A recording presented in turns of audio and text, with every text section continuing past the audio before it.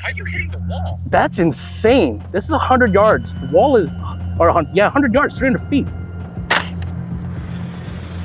Oh, I heard that from here.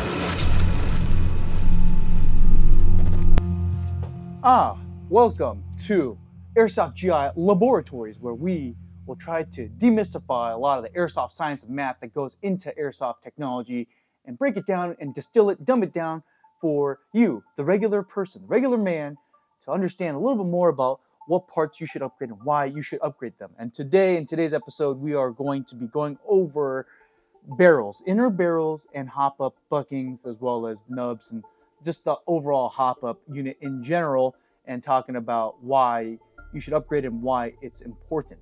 And as you can see, I am a man of science. Just to let you know, not to toot my own horn, okay? I graduated high school and passed AP chemistry, passed the AP exam, just barely, but I passed it, okay? I also passed AP environmental science, right? Where I learned that 95% of environmentalism is kind of a scam, but that's besides the point. I'm just here letting you know that I am a man of science. And just, again, not to toot my own horn, right? My brother is, I guess you would say, a scientist as well. That's where I get a lot of my scientific chops, okay? But listen, I dressed up for you. I dressed up for you to expand my credibility, to sell you the credibility, okay? I was just gonna show up at my wife beater, but that was unacceptable. So I want to, give you a little bit of a scientific flair.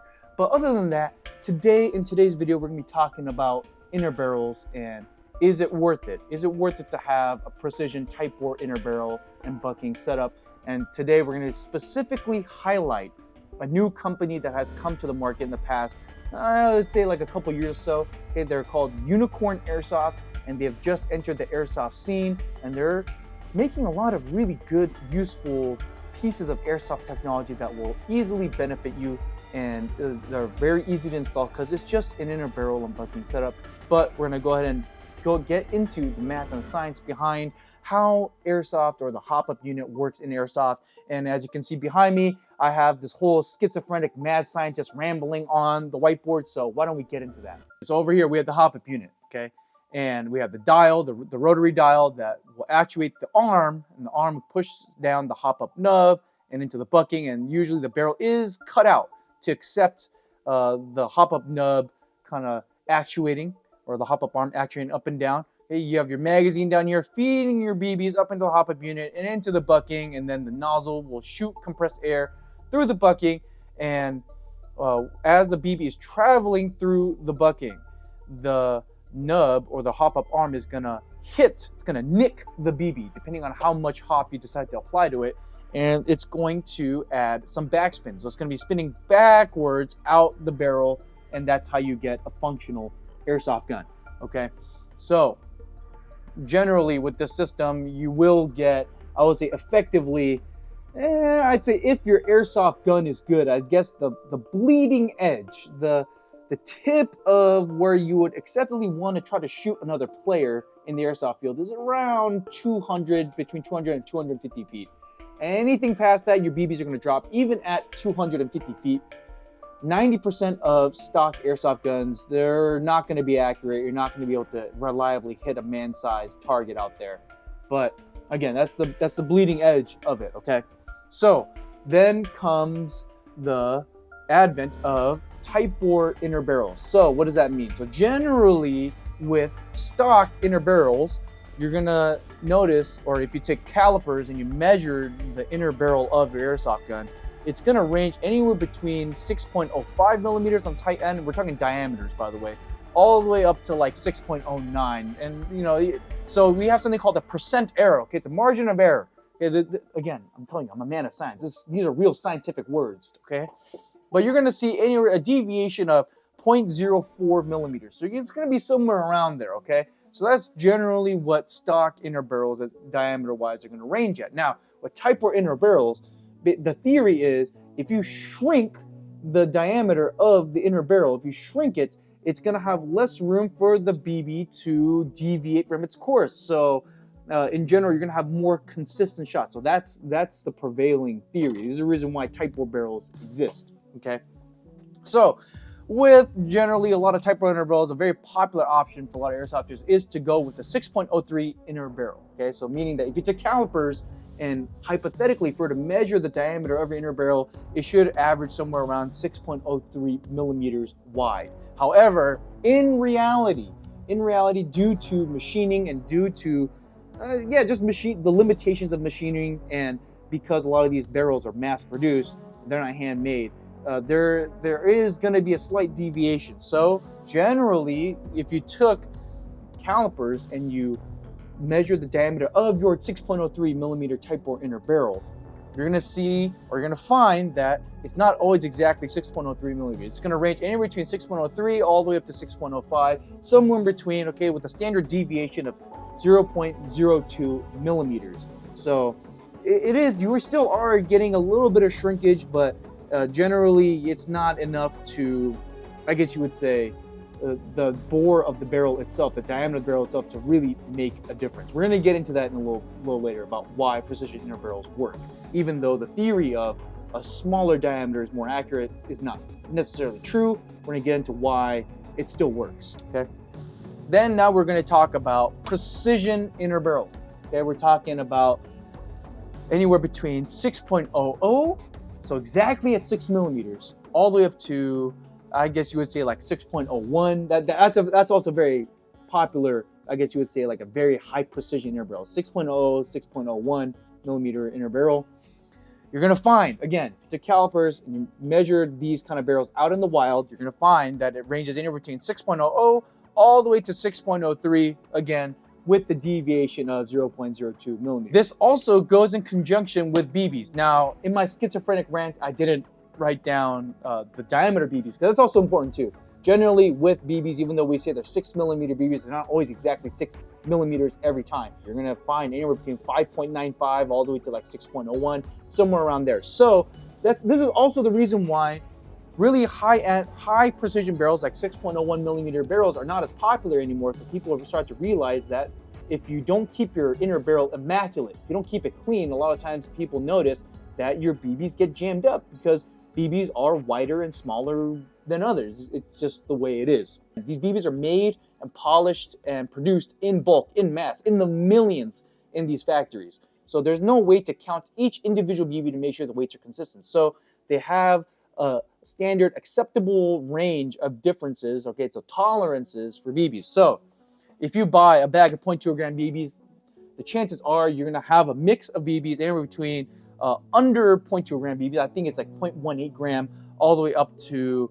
I would say like 0.23. So again, standard deviation of 0.03 grams. Okay, it's a very small, minute difference, but because of these, how small and light these projectiles are, little differences make a big difference. Okay, moving up to a 0.25 gram BB. If you buy a bag of 0.25 gram BBs, you're generally going to get anywhere between like a 0.22 all the way up to a 0.28, somewhere in there. Okay, so but the majority of them are going to stand somewhere between like a 0.24 and a 0.26. Now let's talk about anywhere between any really heavyweight BBs. You're going to notice that they're sold in smaller quantities, okay, because they're heavier.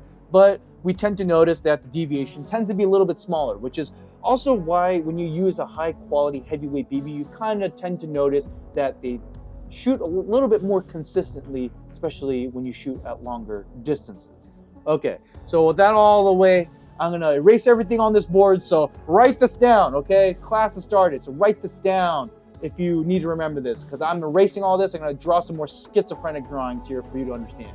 Okay, we're gonna talk about how inner barrels work and how accuracy works. In an ideal world, in a vacuum, I guess you would say, we would assume that the BB is perfectly centered as it travels through. And generally what tends to happen when people don't really understand or know too much, is that as the BB is traveling down the barrel, it's gonna go up or down into the edges of the barrel. So generally what's gonna happen is, I don't wanna say it bounces, but it strikes the barrel. There's a barrel strike. So generally what ends up happening is the BB is not going to fly in a straight path, or some of them might, but a lot of them don't. And it's going to either hit the top or the bottom of the barrel. And once it makes contact with the barrel, it's just going to shoot out through either the top end of the barrel or the bottom of the barrel, right? So The point is that the BB is not centered. It's going to continue to roll along the edges of the barrel depending on where the BB will strike the inner barrel. Okay, so now this is where the accuracy comes in. So with a lot of these type of barrels, a lot of them tend to be smoother than the stock inner barrels. So as I wrote here, smoothness is greater than tightness. What I'm saying is that with a lot of stock inner barrels, they're not very smooth. Again, these are mass-produced inner barrels and they're made with loose tolerances. Most factories making stock airsoft guns are not necessarily, when they're quality checking a lot of these airsoft guns, they're not checking to see if the gun performs well, they're checking to see if the gun just works. So with that in mind, if they want to make a lot of units quickly, they're going to have to loosen up on the tolerances. So a lot of these inner barrels, they're not very well polished. I mean, even if you look at this stock inner barrel here that I have in front of you, all right, it's made out of brass. It's not very shiny. It's very dull. You could tell that it hasn't really been polished. Not a lot of work went into it. If you were to look down the inner barrel of your airsoft gun, again, don't look down the barrel, like disassemble it, like take it out like this, okay, and remove the hop-up unit with it and just stare down the inner barrel. You're going to notice that there are little like dots or specks in the inner barrel, even when it's cleaning. These are like little production imperfections, manufacturing imperfections that happen when you make these inner barrels, especially in such large quantities, okay? With a lot of aftermarket inner barrel companies, what they do, like this beautiful Unicorn Airsoft. I mean, you look at this. It's like way more polished. It's way shinier. It feels way smoother compared to this stock inner barrel. It feels texture-wise, it's a bit rougher. You're gonna notice if you look down these inner barrels, there are no nicks. There are no marks or anything because these barrels have been polished through and through. Generally, they will go through more passes of polishing. So a lot of these name brand inner barrels, such as like PDI or EDGI or Prometheus or any of these inner barrel manufacturers, they go ahead and take the extra time to polish the inside of the inner barrel more than once. You know, they go multiple passes of polishing it, and in a lot of cases, they will also coat the inner barrel with a chemical coating to keep it smooth. For example, the Unicorn barrel that I have in front of me right here, they use a special synthetic coating that basically turns this barrel silver. And actually, these two inner barrels are made of the same material. Both of these are actually made of brass. They're both brass inner barrels, and that's very industry standard. But as you can see, the Unicorn doesn't look brass at all. In fact, it looks silver. So one might think, because of the heft, they might think it's a steel barrel. It's not a steel barrel, it's made out of brass. And they coat it, and it is way infinitely smoother than this stock inner barrel that you see here. Now let's talk about materials for a second. So obviously there's different materials that inner barrels are made out of. So primarily you're going to see the most common is going to be brass, and then you have aluminum and you have steel. It's about brass. So brass is a very inexpensive material to use. So Unicorn Airsoft, they went ahead and chose brass as a material because it's cheaper to acquire and cheaper to work with, thus making the price of these inner barrels so ridiculously cheap compared to other higher end options out there. Now, the good thing about brass is that it tends to vibrate, or it tends to resonate. I guess in the real firearms, we will talk about barrel harmonics, right? The way it vibrates. It tends to absorb a lot of the micro vibrations that are caused with your piston moving back and forth in your gearbox. Now, the drawback of brass is that obviously it's not as strong as steel. So, but for most of the times, you're not gonna really find an application where you need a stronger material than brass.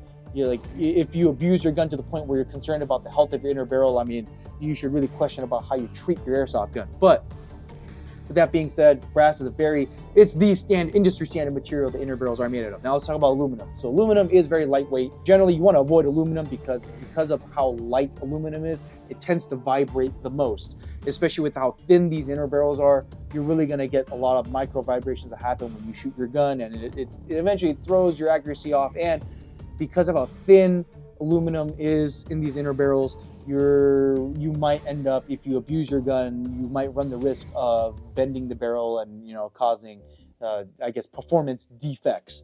Now let's talk about steel. So steel is probably the strongest material that you can use to make inner barrels out of. They're very strong, they're very resistant to abuse, and they do absorb the most vibrations, I guess you would say, from your AEG gearbox. However, the downside is, number one, it's heavy, number two, it's very expensive, and number three, depending on what kind of steel they use, it may or may not be susceptible to some kind of corrosion, which is not great. But generally, a lot of high-end manufacturers will, again, coat their steel barrels in a coating to prevent corrosion from happening.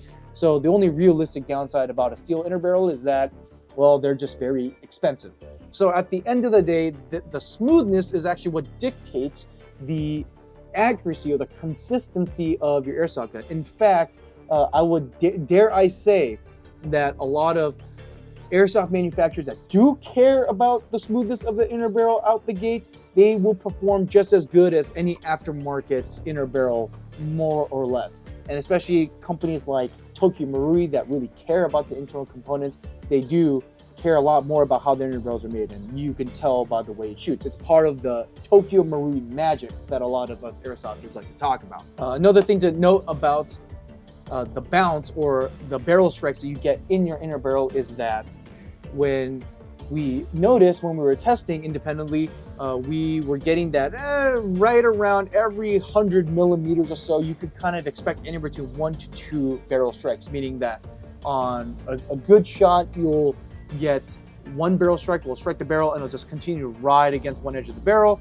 or in some cases, it'll hit once and it'll bounce back down into another barrel edge and then glide the rest of the way out of the barrel. This is also why we kind of say that past a certain length of inner barrel, you're kind of getting diminishing returns as far as accuracy goes. In fact, a lot of you sniper builders out there that build sniper rifles, you know that when you are building a sniper rifle, you don't run your inner barrel all the way to the end of the outer barrel. You don't, because it's unnecessary, and also in some cases, it'll negatively affect your performance. And this is the reason why. It's because every 100 millimeters or so, you're gonna strike the inner barrel once or more than once. A lot of people tend to assume, because of video games and movies, that guns or bullets travel, they shoot in a straight line. No, this is not the case, okay?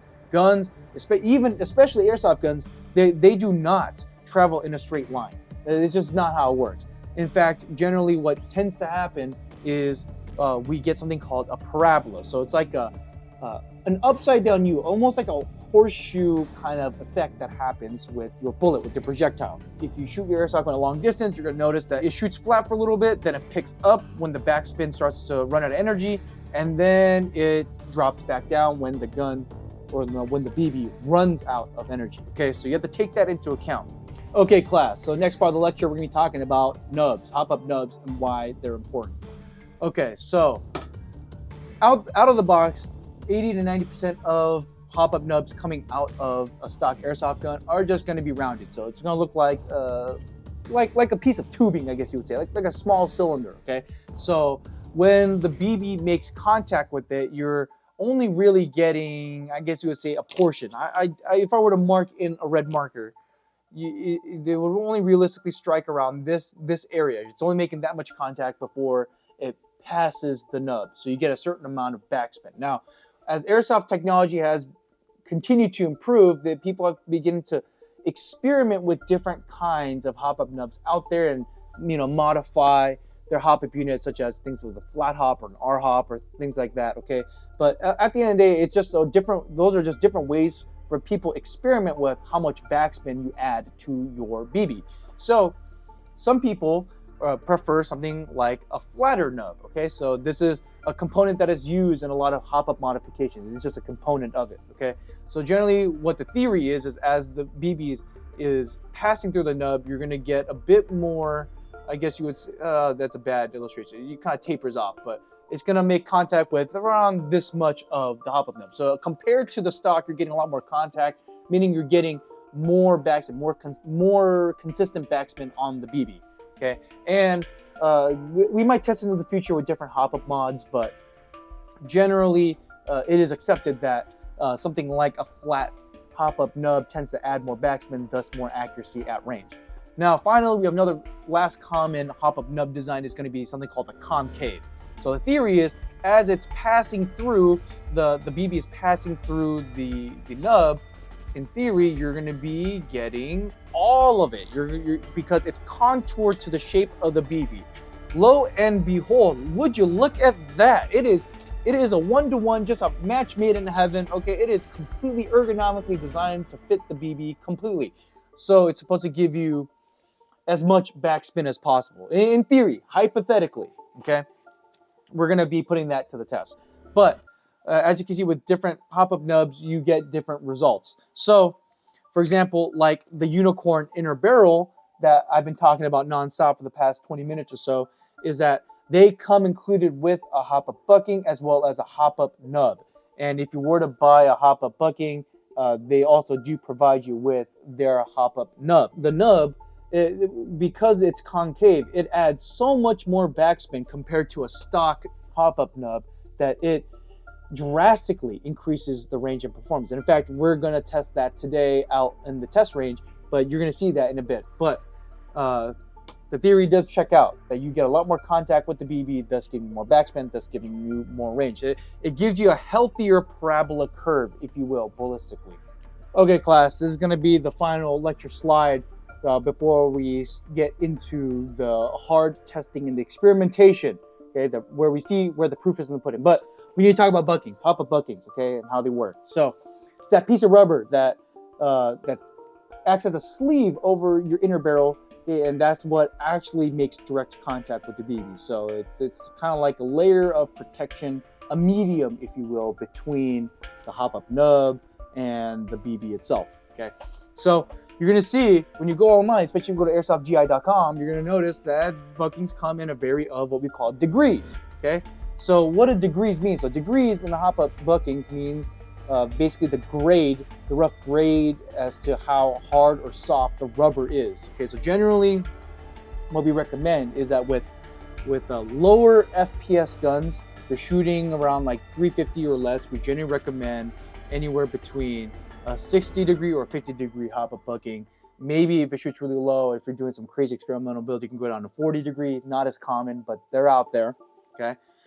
But generally for most airsoft players, even when you're shooting even up to 400 FPS, okay, anywhere between 50 to 60 degree buckings should do the trick. Now, as you go harder to 70 to 80 degree buckings, the rubber gets stiffer, it gets harder, and it requires a lot more force from the arm to actually start making a dent into the bucking and to give you more hop per se.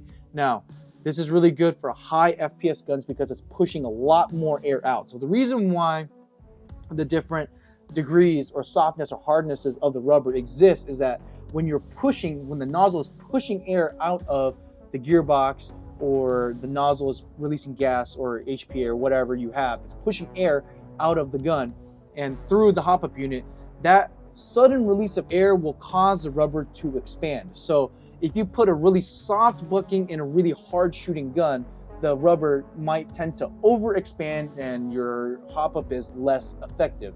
It's not able to make as much contact as you would like. Vice versa, if you put a really hard bucking into a soft shooting gun, you're not going to be able to actuate the arm enough to the point where, you know, when the air comes out, it doesn't really expand as intended, as it's supposed to, and you know, you might end up with some performance issues there. But generally, the happy medium is usually what we recommend is 60 degrees. That's usually the happy medium for most guns that are shooting anywhere between 350 to 400 FPS. Okay, or even 50 degrees if you're feeling so adventurous. Anything like 70, 80 degree buckings, generally I would really only relegate it to, I guess you would say, gas airsoft guns, because they release their gas pressure so much more violently than an AEG that you might want to protect yourself against your bucking overexpanding. But no, I would chalk that up more to personal preference. Now let's talk about different bucking shapes, because yes, buckings come in different shapes. So when you press down on the hop-up arm with the nub, a lot of airsoft aftermarket companies have started to integrate different shapes inside the bucking to affect the way that the BB makes contact with the hop-up arm, okay? But the tried and true, they're very simple, flat.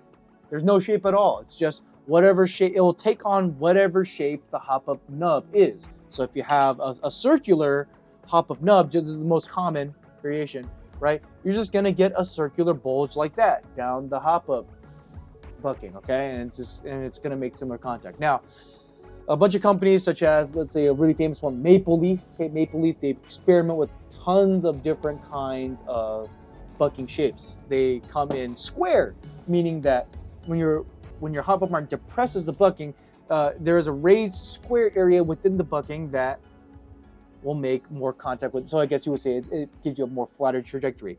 They've even experimented with things like triangles. You get like a more triangular concave shape as it comes down, and it makes more contact with the BB allegedly. Okay, then we start getting to the more conventional, I guess, hop-up shapes, such as the V shape, where you have kind of like two teeth coming in, and they will depress the BB. So the theory is that the BB, when it rests on top or on, you know, beneath the hop-up nub, is that you get a lot more contact between these two edges, giving you more backspin. Okay. Another one is going to be, I guess I would call it like more like a bunny ear. I think Maple Leaf calls it the macaron, because it looks like a macaron cookie. Okay, where you have two rounded, straight, I guess you would say, prongs that come down. And again, similar principle to the V shape, is that when the BB passes through, you get a lot more contact on the edges of that raised booking area. And finally, you have your traditional, just your concave. Okay, so Unicorn hop-up buckings, surprisingly, it's somewhere between, I guess, the macron shape and the concave shape. But yes, they have modified the shape of the inside of the bucking to maximize the amount of contact that you get with your BB, giving you more consistent backspin. We're gonna be testing the NGC4 Mark II, our beloved, because Cisco himself, the mailman himself, has designed this gun, and it shoots pretty well. And so we're gonna show you some chrono stats right now in front of me right now to show where the gun chronos in with the stock configuration, as well as the Unicorn Inner Barrel version. And you're gonna see that we use two BB weights. We use 0.20 gram BBs and 0.30 gram BBs, so you can see the FPS and joule statistics there. Now, after that, we will test a gas blowback gun, the Tokyo Marui MWS, my personal favorite. I love this thing so much. Best gas blowback rifle on the market today, all right? But going through the same chrono test, we've chronoed it stock with 0.2 gram BBs, and then we loaded it up with 0.40 gram sniper BBs. We have the FPS and joule stats there. And then we took the Unicorn Inner Barrel and Bucking in there. Now, full disclosure, this is using the Unicorn 80-degree hop-up bucking, again, with a higher output gas, more violent reaction. You want a stiffer bucking to complement that. So this is using an aftermarket Unicorn 80-degree bucking. It does not come with the inner barrel. And we've also used the Unicorn high output nozzle, just so you know. So those are the chrono stats with the Unicorn high output nozzle, even for the stock configuration, okay? And then with the Unicorn Inner Barrel and Bucking installed, we have the FPS and the joule count there. And as you can see, kind of creepy, kind of joule creepy, a lot of energy going through it. So let's go to the range, let's test these, and let's have a good old time and see what you're getting, what you're paying for when you get a precision inner barrel. All right, guys, we are out here at the range. Isaiah, Boaz, and myself. It's actually a special treat because we don't get to do this quite often. So we are going to be testing the Unicorn Airsoft Inner Barrels and Buckings performance. Now, we do have a stock MGC4 and a stock Tokyo Marui MWS. We're going to be shooting those and getting a rough estimate, oh, not a rough estimate, but an accuracy test at 250 feet. This is the bleeding edge of what a good airsoft gun would shoot out of the box. And then we are going to be testing both the MGC4 and the MWS with the Unicorn and Bucking combination. Now, I do have to note that we are going to be shooting at a paper-sized target that is downrange. I'm going to be shooting 15 shots. The first 5 shots are going to be just to get my bearings in, and then the 10 shots after are going to be for the accuracy. Yeah, oh, I do have to note also that there is a little bit of a headwind, so we are going to be shooting against the wind, and you know what they say, you shouldn't shoot upwind, but we're doing it for you guys.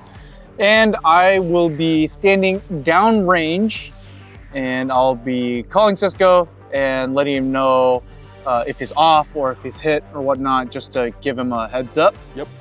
And yeah, let's do this for science. For science! For science! Let's do it! Let's do it! We have the stock MGC4 at 250 feet. I have 0.30 gram BBs loaded up. I'm gonna take 15 shots. You're down. You're hitting the wall, and you're coming right.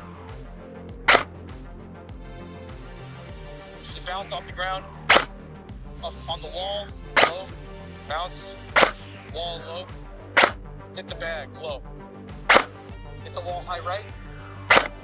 Hit the wall. Oh, hit, impact. Bounce.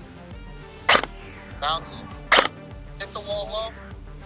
Hit the wall low. Bounce. Hit the wall low. Hit the bag.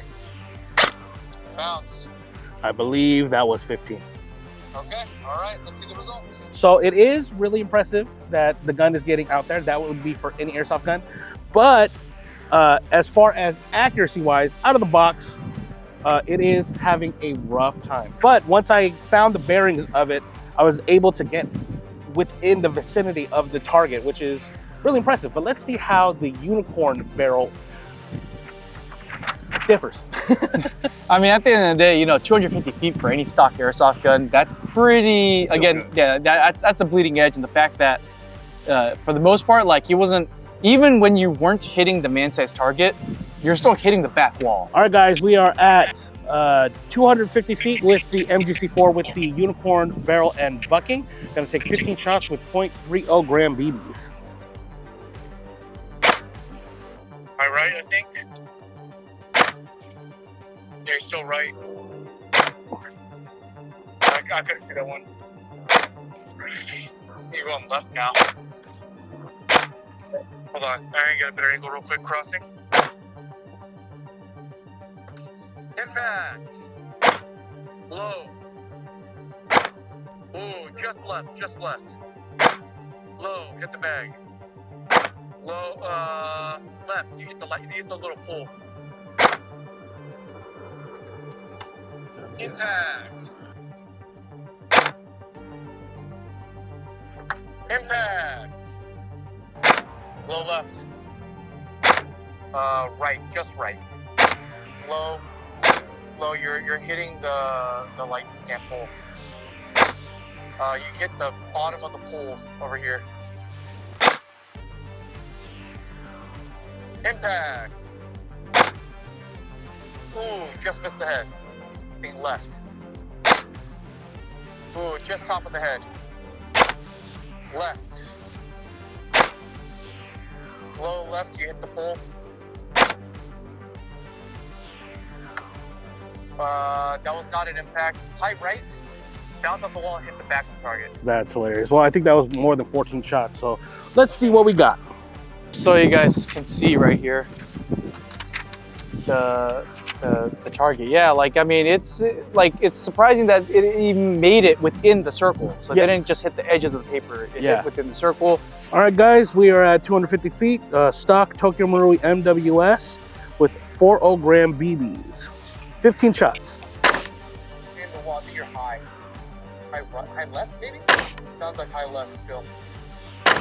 Yeah, you're going pretty high. Ooh, just right. Yeah, just right again. Ooh, impact. Impact. Low left of paper target. Left. Impact. Low. Impact, you're on. Impact, you're on. Right. Right. Right. Impact, high right of target. Impact, you're on. Impact, you're on. Right. I think I need 2 more shots. So changing mags. Impact. That one has no gas. I think we'll just do 14 because none of these are prepared. Out of the box for Tokyo Marui, I mean, I'm telling you, like, they do something magical to their guns. Like, there's some magic that goes behind it, and it's crazy, man. Like, a stock gun outperforming an upgraded one. Yep. I mean, you don't see that often nowadays. The Tokyo Marui magic. It's the magic, man. I don't know what they do. All right. Let's get that unicorn barrel in there. Ooh, I think you bounced back off the wall, left. Impact. Impact. I think I was a little low. Low. High. Impact. Impact low though. Low. Impact on, right on. Right on, impact. Low, low left. Impact, low. High right. Impact, I think you were on. Left, just left. Impact, low. Impact, I think that was on maybe? Ricochet. Low. Impact. Impact.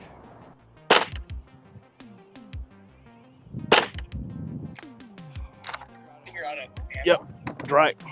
We had way more shots land on the man-sized target compared to the stock MWS. Dare we say consistently? Very consistent. I would say I lost. I don't know how many actually impacted, but I think A lot more than anything else we shot. I would say at least 10 on the target itself. You're on also the saying man-sized that it was target. a lot straighter as well, right? Yeah, that's the second thing that I was going to mention. That the trajectory, from what I noticed, was flatter, which is actually really, really nice. So you don't have to, you know, try to predict the parabola, the hop as much. So that's actually really freaking cool. But three on target is comparable to the stock MWS, but again, more consistent on the man-sized target, a tighter grouping overall. And I do have to note that I am squatting now because my fat ass broke the broken chair. It was already broken. But, and I was squatting when I was shooting the Unicorn Inner Barrel Bucking as well. So I wasn't as stable. So I think that's something to note as well, that even with a little less stability, it was still getting the man-sized target. But this is my personal Unicorn barrel now. It's mine. So all my ops be warned across the field. I'm gonna be sniping you. The magnifier stays on, babe. Sorry. Okay, so let's see how these actually perform at 100 yards. Yeah, 300 feet. But before we move on, let's I'm gonna hold it real quick. Thank you. Now I can hold it. Just show you real quick the target, the grouping, real quick. Yeah, so a little bit off to the right, or the left actually, because it's flipped, but yeah. I think you dropped really low. Yeah, I'm not even hearing the impact. I hear it somewhere around my body. I see it on my right. Yeah, it's like landing. Okay, yeah. Okay, so how far do you think away from the target that is? I'd say like anywhere between 20 and 30 feet, maybe. Okay, so yeah, that's pretty far, especially for an AEG. I think we're not going to be able to hit that target from this distance with an AEG, but let's give the MWS a shot. All right, guys, we have the MWS with the Unicorn Barrel and Bucking combo at 100 yards, 300 feet. Let's see how this performs, especially compared to the AEG. I think you're high. High? Yeah, you hit the freaking wall. That's crazy. I think that sounded a little low, maybe. I heard a tink of like the target stand. Oh, left. Dude, how are you hitting the wall? That's insane. This is 100 yards. The wall is, yeah, 100 yards, 300 feet. Oh, you're high, dude. What the hell? What the heck? I think you're a little low on that one. Left. I think that's still left. Low. Oh, impact. I heard that from here. I don't think that was an impact. Ricochet. Low. Okay, we're starting to run out of gas, but dude, that's freaking insane. I looked low. High. Left. Impact. And his phone Low. died. Impact. Impact. Right. Low. Low. Low. It's funny because I can see the BBs like swaying with the wind. Low. Ricochet. High. High. Impact. High. Ricochet. High left. Impact. Okay, I'm ending it on the impact. That is absolutely insane. This is the paper target. This was the questionable one right here. There is an indentation on it, but that one was a confirmed hit right here. At 100 yards, we're questioning if the energy felt or the hit of the BB is actually being felt. So we're gonna have Isaiah feel it for us. Man, I hate my life. Hello. Oh man, I can't wait to shoot you. Where'd that go? Foot, left foot. Left foot. That one hit my right thigh, Ooh. just at my calf level. Right low.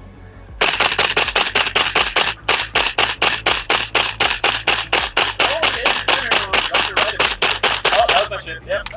Yep. Oh, there we go. You got one. That's what I'm talking about. If you were running around, would the thump of the BB at that range be like, would you be able to determine, hey, that was actually a BB shot? I think so. I'm gonna say yes because Okay. when it hit the face mask, there was a very distinct. He got a headshot? Yeah, he got a headshot. One out of like the, you know, I don't know how many. 3 mags. The 3 mags, but yeah, he got 1 headshot. That's all that counts, right? He got him. Yeah, but even then, that's really impressive. So there still is a good amount of energy to dictate if it were a BB or not. At 100 yards. At 100 yards, it's not gonna hurt as bad, obviously. But when it came to like the lower half of my body, like when I did eventually get hit there, yeah, I still felt it. It didn't sting that bad, just like maybe for a split second, but that was it. That's crazy. Boaz, how do you feel now that your gun has this amount of range? I feel fantastic. I feel this is great. I now have an M4 sniper. Oh Dear God. All right, we are back from testing at the test range with the Unicorn Inner Barrel and Buckings, with a gas rifle and the MGC4 Mark II, both in stock and with configurations with the Unicorn Inner Barrel and Bucking included. And my goodness, we have some very interesting test results. So why don't we go over with the AEG, since the vast majority of you guys watching own an AEG, especially an AEG M4. So at 250 feet with the stock MGC4, as you've seen in the video footage, it's a clean target. And we weren't able to shoot the paper target. However, we did end up landing a couple hits on the man-sized target and in that general area. So again, like we said before, 250 feet for a stock AEG, you're kind of at the bleeding edge of performance as it comes to accuracy, okay?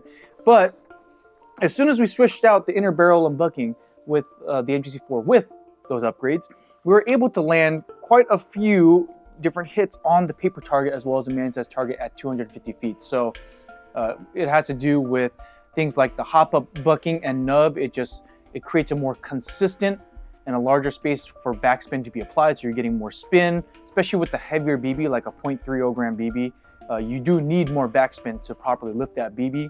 And with the smoother inner barrel, you're getting less friction as it leaves the airsoft gun, which again translates to more energy being applied downrange. And so, yeah, it leads to a nicer trajectory, and you were able to hit relatively accurately on the paper target as well.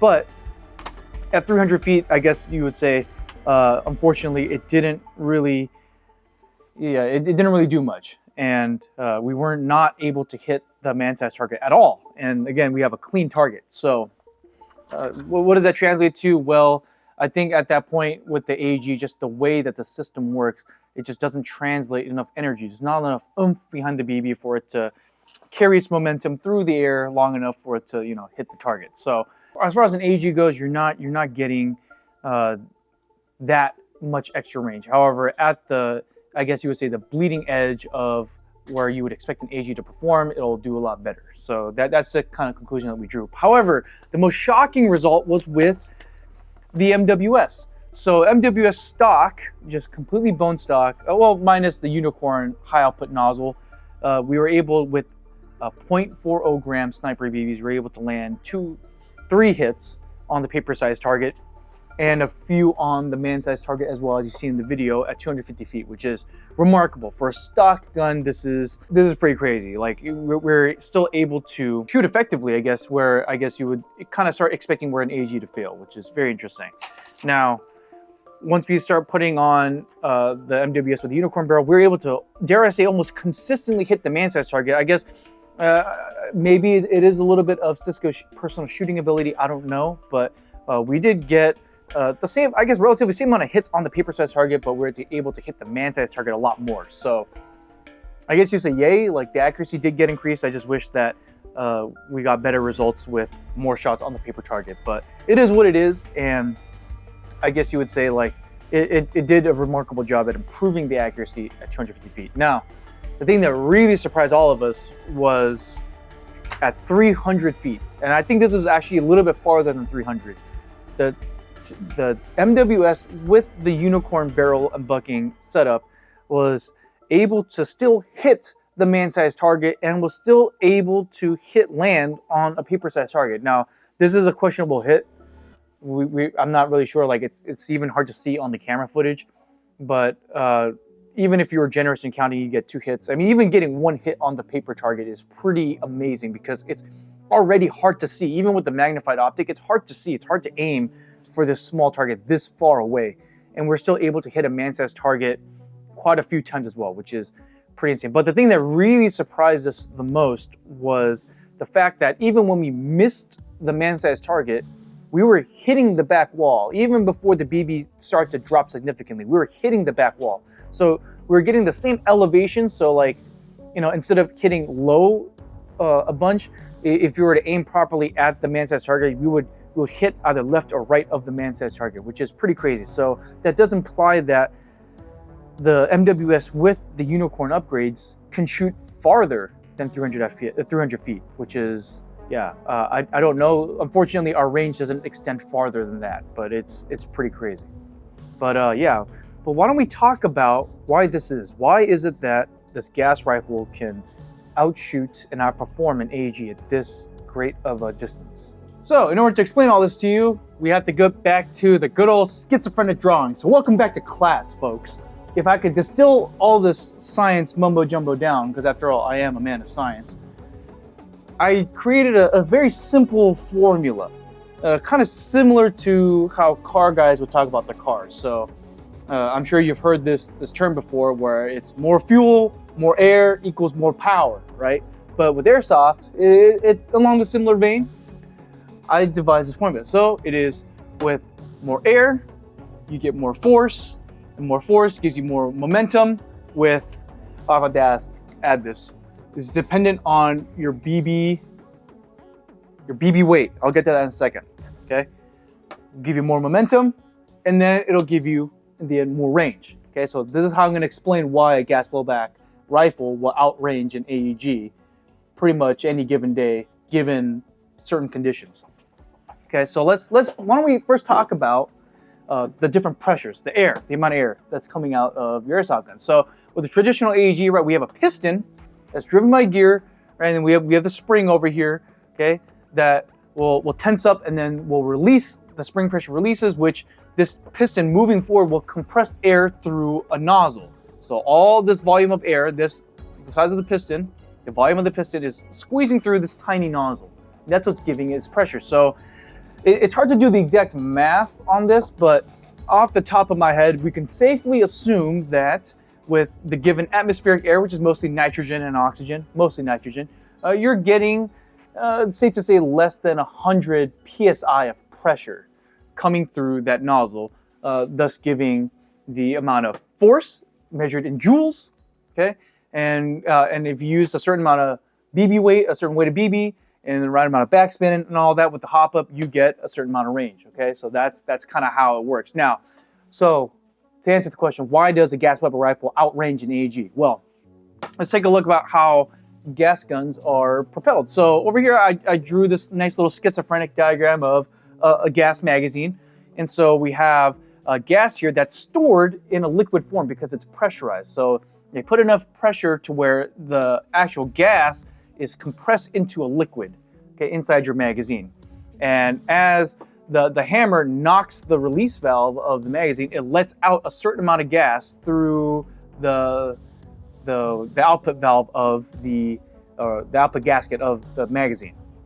Okay, so typically green gas is propane. So here, again, I'm a man of science. I completely drew this from memory. Take it from me, okay? It's a diagram of propane. It's a bigger, heavier gas, but it is stored at a significantly higher pressure, anywhere between 115 to 130 psi. That's a lot of pressure coming through a gas magazine. So with that explained, when that amount of pressure of gas gets released through the magazine, you're getting a lot more air. You're getting a lot more gas coming out in the form of PSI. You're getting a lot of air coming out, which will give you a lot more force. And if you take a look back, if you recall early in the video, we did the chrono readings, especially with a really heavy BB like a 0.40 gram BB. We're getting significantly more joules, more force out of it because we're getting so much more air. And because of that, it's giving you more range. Now, how does momentum translate to range? So one thing that we noticed while we were shooting the gas Velvet M4, my beloved Tokyo Marui MWS, we noticed that at longer distances, the trajectory was flatter. It was flatter. So it wasn't necessarily the hop up doing most of the work as compared to an AEG traditionally, right? We see that ballistic trajectory. We see that over distance, we see that the BB with the hop up will kind of shoot a little straight like this, and then it'll curve up, and then it'll drop down. So we see this with an AEG because the backspin is contributing a lot of work. But as compared to a gas blowback rifle, it wasn't doing this as much. It was a way flatter curve than this. And that can be explained by momentum, okay? So, as you saw earlier in the video, we used 0.30 gram BBs with the MGC4, the AEGs, and again, we chronoed those with the Joule ratings. And we used 0.40 gram BBs on the gas blowback rifles, significantly heavier, okay?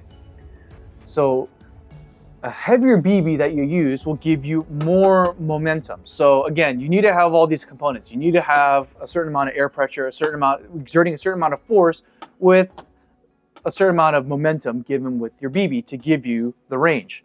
So I'm gonna explain this in an analogy, okay? So I drew a bicycle and I drew a train, okay?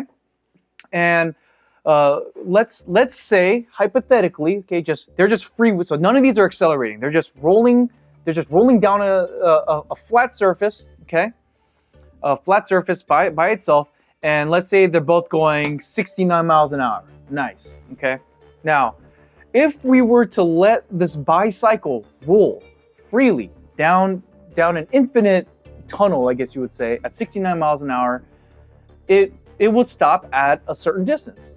Right? Like it's gonna eventually lose its momentum and it's gonna come to a halt. Now let's say a train, let's say a freight train weighing thousands of times more than this dinky bicycle, okay, going 69 miles an hour, and let's say we just let it freewheel down this infinite tunnel, it's gonna stop, it's gonna come to a standing halt significantly, way farther. It's gonna take way more distance to stop it, right, for it to naturally come to a halt compared to a bicycle. And so we see that when we were shooting the gas blowback rifle. We were using a heavier BB, right? We were using a higher pressure, more air, right? Giving it more force, and that translated to more range. So that's how we kind of explained why it was able to travel that far. Now it relates to an upgraded inner barrel and bucking as to especially with the gas blowback rifle or any airsoft gun for that matter, is the bore quality. So the quality of the inner barrel allowed it not only to shoot farther, but more accurately at distance because of how smooth these inner barrels were. And so that's how we were able to see better results even at distance. We got tighter groupings. And so the range and the accuracy, they're actually kind of independent from each other. Oftentimes we like to kind of correlate them together, but in fact they're actually independent variables. But we were able to see that with the Unicorn inner barrel and bucking, we were still able to reach out really far and still hit the man-sized target because of how smooth the inner barrels were. And again, it's due to Unicorn's proprietary barrel coating technology that they're able to get this barrel so damn smooth. And with a stiffer bucking, we're able to keep the shots more consistent. We're able to have a more consistent reference point for the BB, so it bounces around a lot less inside the inner barrel. So those are our conclusions. I'm sure there's a lot of Ivy League physicists down in the comment. Hopefully you guys, your wealth of knowledge is probably greater than mine, but this is what we kind of concluded as to why inner barrel and bucking upgrades in your airsoft guns are so important. And even with an AEG, again, you're significantly increasing the probability of you hitting somebody out here at around 250 feet around, you know, you're still able to hit a man-sized target, which is, again, very impressive, especially for a gun that has minimal upgrades. Now, going back to the pressure thing, if you just want a longer range airsoft gun, you're gonna want to increase the amount of pressure, which is why we see people run HPA guns, which they're able to compress air at a higher pressure than with the traditional gearbox. Or sometimes a lot of techs, they'll do something called over voluming, where they'll try to increase the volume in where the piston can carry air through the gearbox, which again, they're increasing the amount of air, right, which will increase the amount of force that's translating to the BB. And then again, if you use a certain BB, if you use a heavy gram BB, it's going to increase the momentum, giving you more range. So that's kind of the formula. But let me know what you guys think down in the comments below. Am I completely wrong? Am I just a lunatic scratching on the whiteboard schizophrenically? Because maybe I am. People say that genius and insanity are very closely correlated to each other. But hope you guys enjoyed the video and the content. Please make sure to check out these Unicorn Inner Barrel and Buckings. They are offered at such an affordable price, and again, they come with a lot of extra value, such as a free bucking and a hop-up nub with each inner barrel. And again, the performance results speak for themselves. So if you guys want to increase your long-range accuracy and not have to do a ton of guesswork as to figure out how to pair buckings and everything, hopefully this video helps. Hopefully you decide to go with the Unicorn Inner Barrel and Bucking. If you guys like what you're seeing, please make sure to hit that subscribe button, as well as liking the video and hitting that bell icon to get notified of every time we upload a new video. If you guys want to support us directly, help keep the lights on, help keep the camera rolling, please make sure to stop by Airsoft GI for all your airsoft needs, and make sure to check out these swanky new Unicorn Inner Barrel and Buckings. I'd say we're very impressed here at GI when we were doing our testing. But other than that, my name is Boaz, and we'll see you next time, Neo Gang.